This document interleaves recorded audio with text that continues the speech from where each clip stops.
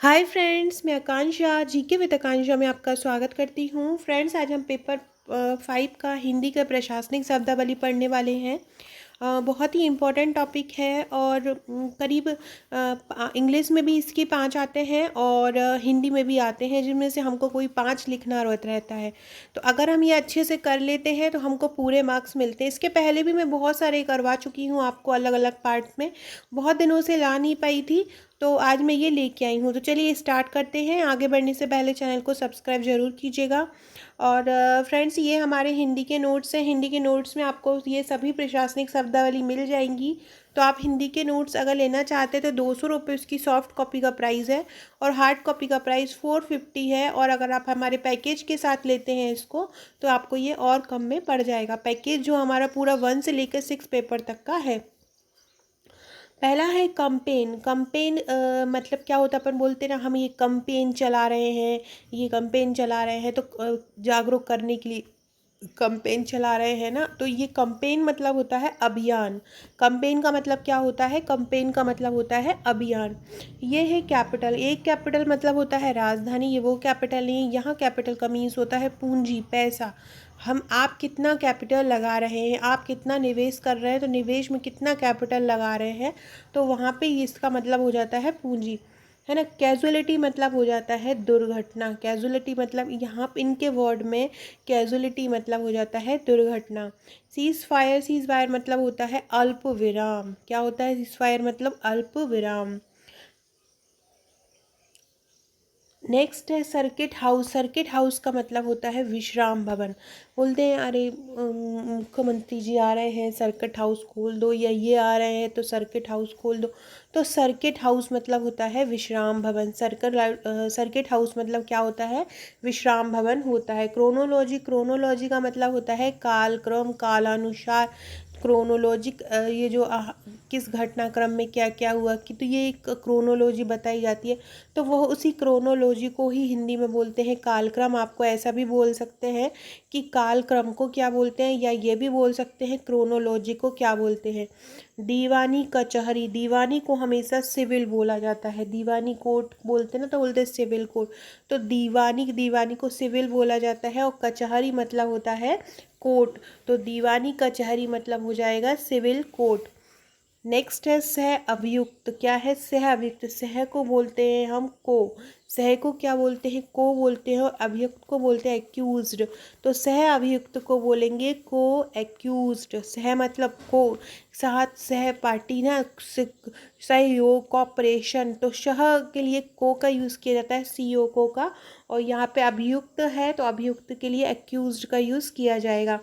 Next है नागरिक सुरक्षा। नागरिक सुरक्षा को क्या बोलेंगे? नागरिक को बोलते हैं सिविल और सुरक्षा को बोलते हैं डिफेंस। तो सिविल डिफेंस का मतलब क्या, और नागरिक सुरक्षा का मतलब, नागरिक को हम नॉर्मल प्रशासनिक भाषा में सिविल बोलते हैं।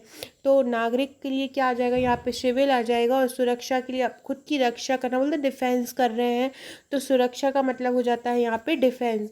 शीत युद्ध। शीत को हम बोलते हैं कोल्ड, और युद्ध मतलब बाहर जो अंदर ही अंदर चलता रहता है, आपस में ही चलता रहता है, उसको हम कोल्ड वार या शीत युद्ध बोलते हैं, है ना। इसके बाद है विज्ञप्ति। विज्ञप्ति को बोलते हैं कम्युनिक। कम्युनिक मतलब होता है कोई हम विज्ञप्ति किसी को दे रहे हैं तो उसका मतलब होता है कम्युनिक। नेक्स्ट है मिलानकर्ता। क्या है? मिलानकर्ता। तो इसको बोलते हैं कंपेयरर। मिलानकर्ता को क्या बोलेंगे? कंपेयरर बोलेंगे। नेक्स्ट है आपका बार काउंसिल। बार काउंसिल को बोलते हैं विधिज्ञ परिषद। बार काउंसिल मतलब क्या होता है? विधिज्ञ परिषद होता है। Wear Daniel. वियर डैनियल का मतलब होता है कोरा प्रत्याख्यान। वियर डैनियल का मतलब क्या होता है? कोरा प्रत्याख्यान होता है। इसके बाद वाइएनियल। वाइएनियल का मतलब होता है द्विवार्षिक। वाइनएनियल का मतलब क्या होता है? वाइनियल बोलते हैं जिसको शॉर्ट फॉर्म में वाइनियल। तो इसका वाइनियल का मतलब होता है द्विवार्षिक। वाई का मतलब हो जाता है दो। आपने वाइनरी नंबर पढ़े होंगे कंप्यूटर में, तो वही है। और एनुअल, एनियल का यहाँ पे एनियल आ जा रहा है इसके साथ, तो इसका मतलब होता है वार्षिक, तो मतलब द्विवार्षिक। बाईलेटरल। बाईलेटरल मतलब होता है द्विपक्षीय। लेटरल मतलब पक्षीय, बाई मतलब द्वि। तो बाईलेटरल मतलब हो जाएगा द्विपक्षीय। बाईलेटरल मतलब क्या हो जाएगा? द्विपक्षीय हो जाएगा। ये मेन इम्पॉर्टेंट। हड़ताल भेदी, हड़ताल को भेद करने वाला, तो ब्लैक लैग। हड़ताल भेदी को क्या बोलेंगे? ब्लैक लैग बोलेंगे। हड़ताल भेदी को क्या बोला जाएगा? ब्लैक लैग बोला जाएगा। प्रतिभा पलायन, कोई प्रतिभा है और पलायन कर गई, उसको अच्छा नहीं मिला कुछ यहाँ पे, तो उसको बोलते हैं हम ब्रेन ड्रेन। प्रतिभा को बोलेंगे यहाँ पे ब्रेन, और पलायन को बोलेंगे यहाँ पे ड्रेन। तो प्रतिभा पलायन मतलब क्या हो जाएगा? प्रतिभा पलायन मतलब हो जाएगा ब्रेन ड्रेन। नेक्स्ट है अनुशासन भंग। अनुशासन भंग, भंग को बोलेंगे हम ब्रीच ऑफ। अनुशासन भंग में भंग को बोलेंगे ब्रीच ऑफ, और अनुशासन को बोलेंगे डिसिप्लिन। तो अनुशासन भंग को बोलेंगे ब्रीच ऑफ डिसिप्लिन। अनुशासन भंग को क्या बोला जाएगा? ब्रीच ऑफ डिसिप्लिन बोला जाएगा। नेक्स्ट है विशेष अधिकार भंग। विशेष अधिकार भंग, तो विशेष अधिकार को बोलेंगे प्रिविलेज, और भंग को बोलेंगे ब्रीच। तो ब्रीच और प्रिविलेज मतलब विशेष अधिकार भंग। ब्रीच और प्रिविलेज मतलब क्या हो जाएगा? विशेष अधिकार भंग हो जाएगा। ब्राइबरी, तो किसको बोलते हैं? ब्राइबरी या ब्रेबरी। ब्रेबरी आपने सुना होगा, ये ब्रेबरी करता पकड़ा गया, तो ब्रेबरी मतलब होता है घूसखोरी या रिश्वतखोरी। ब्रेबरी मतलब क्या होता है?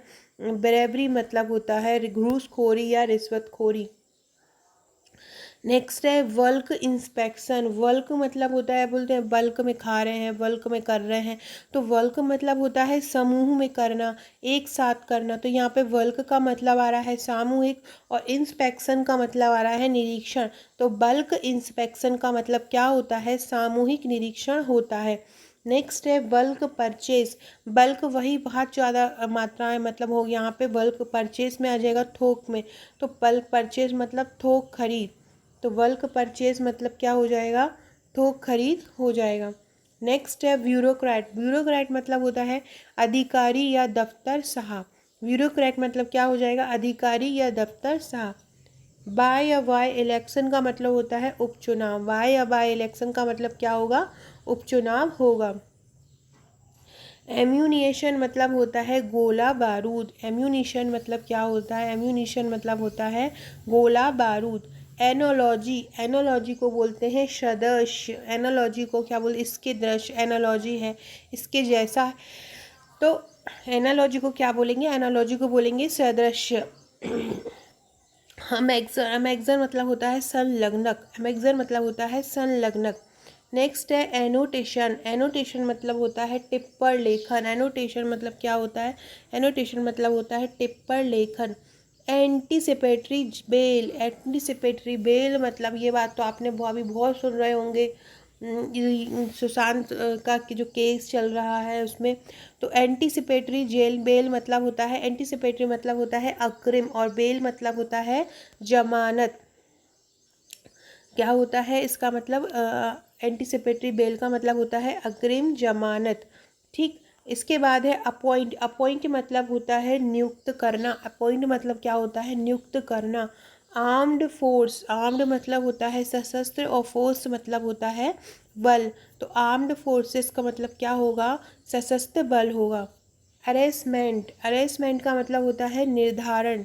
अरेस्टमेंट का मतलब क्या होता है? अरेस्टमेंट का मतलब होता है निर्धारण। एसेट्स। एसेट्स मतलब होता है परिसंपत्ति। जो भी संपत्ति होती है उसको हम बोलते हैं एसेट्स। तो एसेट्स मतलब क्या होता है? परिसंपत्ति। ये तामे यह लगा लीजिएगा, परिसंपत्ति। नेक्स्ट है एश्योर। एश्योर मतलब होता है विश्वास दिलाना। हम बोलते हैं हम आपको एश्योर कर रहे हैं, हम आपको विश्वास दिला रहे हैं। तो एश्योर मतलब क्या होता है? विश्वास दिलाना। देखिए फ्रेंड्स, आपका मेंस नवंबर दिसंबर में कभी भी हो सकता है। आप तैयारी बिल्कुल अपनी जारी रखिए, और जो भी मैं ग्रुप में दे रही हूँ आंसर राइटिंग बुक करते रहिए। और अगर आप प्रीलिम्स की तैयारी कर रहे हैं तो सरकार इसको लेके बहुत ज़्यादा जो अभी अभी सजग है, क्योंकि आंदोलन हुआ है। तो आप फिर क्या करिए, अपनी प्रीलिम्स की तैयारी। आपने अगर मेरे प्रीलिम्स के नोट्स लिए हैं तो आपको मैंने एक प्रीलिम्स के नोट्स ग्रुप से जोड़ा होगा, वहाँ मैं आपको तैयारी कराऊंगी, बस आप वही वही पढ़िएगा। साथ में मेंस के लिए जो आंसर राइटिंग ग्रुप है मेरे 21 ग्रुप, वहाँ पे जो मैं दे रही हूँ आप वही करिए। वहाँ पे मैं आपको हिंदी की भी बेहतरीन तैयारी करवा दूँगी। अभी मैं आपको लेटर, डेली में लेटर वगैरह ये सब दे के आप रोज़ उनको लिखिए, ताकि इनकी अच्छे से प्रैक्टिस आपकी हो जाए। नेक्स्ट है एविएशन। एविएशन मतलब होता है विमानन। एविएशन मतलब क्या होता है? एविएशन मतलब होता है विमानन। एविएशन मतलब क्या? एमिशन मतलब होता है विमानन।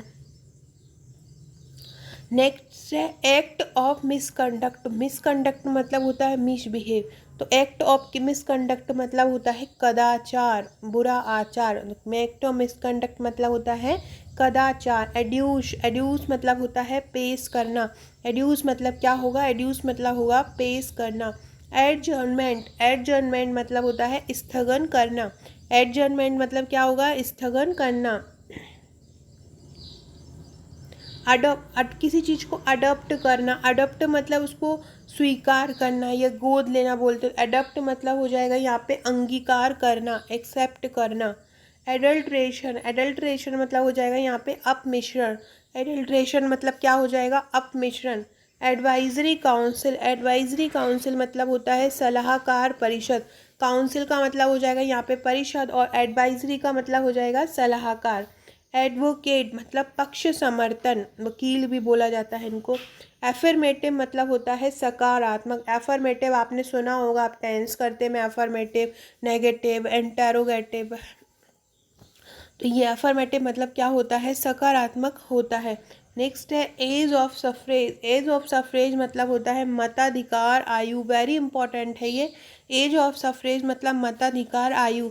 एजेंसी, एजेंसी का मतलब होता है अभिकरण। एजिटेशन, एजिटेशन मतलब होता है, एगिटेशन मतलब होता है आंदोलन। एजिटेशन मतलब क्या होता है? आंदोलन। एमन एमंड, एमंड मतलब क्या होता है? संशोधित करना। एमंड मतलब क्या होता है?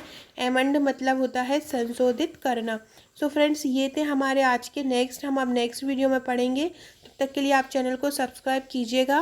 और फ्रेंड्स, अगर आपको हमारे वीडियो अच्छा लगे तो लाइक कीजिएगा। और ये फ्रेंड्स मेरा पूरा MPPSC मेंस का पैकेज है। ये सब्जेक्ट आपको मिलेंगे और आप मुझे व्हाट्सअप करके इनकी पूरी डिटेल ले सकते हैं। ये हार्ड कॉपी का पैकेज है और यहाँ पे ये 5200 में सॉफ्ट कॉपी का पैकेज। अगर आपके पास प्रिंटर है तो आप सॉफ्ट कॉपी भी ले सकते हैं। ऊपर दी किसी भी नंबर पे आप मुझे व्हाट्सअप करके, ये मेरा व्हाट्सअप नंबर है, यहाँ मुझे व्हाट्सअप करके इसकी जानकारी ले सकते हैं। Okay friends, thank you.